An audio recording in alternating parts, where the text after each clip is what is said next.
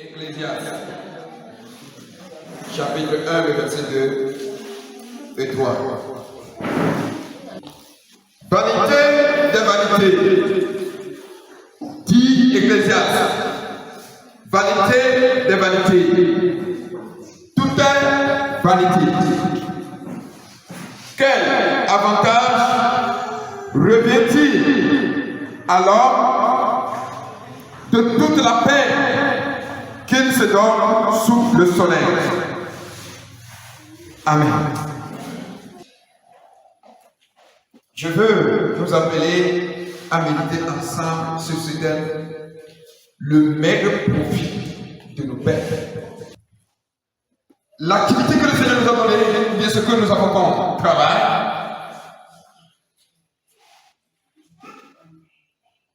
nous sommes appelés à se réjouir. Mais cette réjouissance, c'est pour combien de temps? Vous savez, chers frères et sœurs, en Christ, l'homme a toujours la tendance de tomber du côté où il penche. Très souvent. Quelqu'un qui est vieux, et vous le voyez appuyer très souvent à gauche, s'il veut tomber très souvent, c'est de ce côté-là qu'il tombe. Si quelqu'un s'appuie vers la droite, très souvent, s'il veut tomber, c'est vers la droite. Mais nous, chrétiens, étant conscients de la courte durée de notre existence terrestre, que devons-nous faire? La rentrée s'approche. Chaque parent sa vertu. Même ceux qui n'ont pas d'enfants, ils sont obligés d'aller faire des prêts pour faire rentrer leurs enfants. Les gens, les voyez, papa, aidez-moi, monsieur, aidez-moi, mon enfant.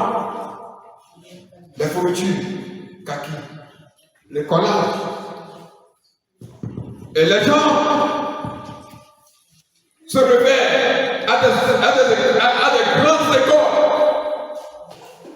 Est-ce mauvais? C'est pas mauvais. Mais Ecclésiaste nous dit que tout cela, c'est vanité des vanités. Et tout est pour celui qui va. Ton papa est parti, ton grand-papa est parti. Un jour, toi aussi, tu vas partir. Et tes diplômes ne serviront à rien. Ça va te servir durant quelques années quand le Seigneur va t'accorder de diriger la terre. C'est tout. L'éducation que tu envoies ton enfant à l'école, c'est pour le servir durant son existence terrestre. Je ne suis pas contre l'éducation, hein. Suivez-moi bien jusqu'à la fin. J'ai dit l'école où tu veux aller inscrire ton enfant dans l'école, elle ne va pas amener ton enfant au ciel. La tente de notre patron, c'est-à-dire le corps, notre corps physique, a des inquiétudes. Et nous voulons satisfaire. Nous voulons toujours satisfaire notre chair. Et nous négligeons le nécessaire. Le nécessaire, il va le toucher bientôt. Mais patienter à ce que je puisse encore aller dans la profondeur des désirs de la chair. Que le Seigneur me préserve, je ne veux pas mourir dans la tête. Moi, je n'ai pas de faire. Je ne veux pas laisser la tête à mes enfants. Je veux construire, avoir une maison. Je veux avoir ma voiture.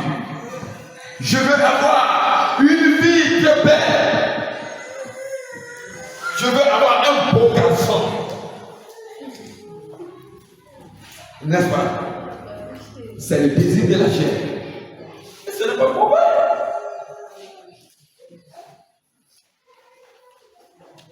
Si ton mari sort là, tu lui demandes, quel est ce beau garçon? Et tu es contente. Si ta femme est sur le chemin, quelle est cette belle dame? Et tu es content. Ce n'est pas mauvais. Mais c'est le désir de la chair. Et ça s'arrête à la mort. C'est fini. L'apôtre Paul dit, nous portons cette danse, mais nous chemissons dans cette danse, parce que nous savons qu'un jour, on va la détruire. Ton corps va la détruire un jour. Ce corps que je vois, un jour on va l'enterrer.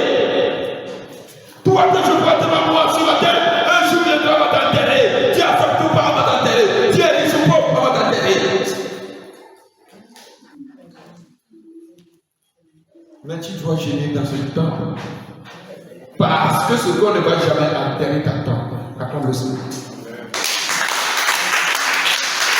Il y a un corps incorruptible. Il y a un corps glorieux. Il y a un corps qui n'a pas été fait de tel corps. Il faut s'avertir. Il faut s'étonner pour que tu puisses porter ce corps. Sinon, ce que je vois là, un jour on va l'enterrer. On va m'enterrer un jour. On va t'enterrer aussi un jour.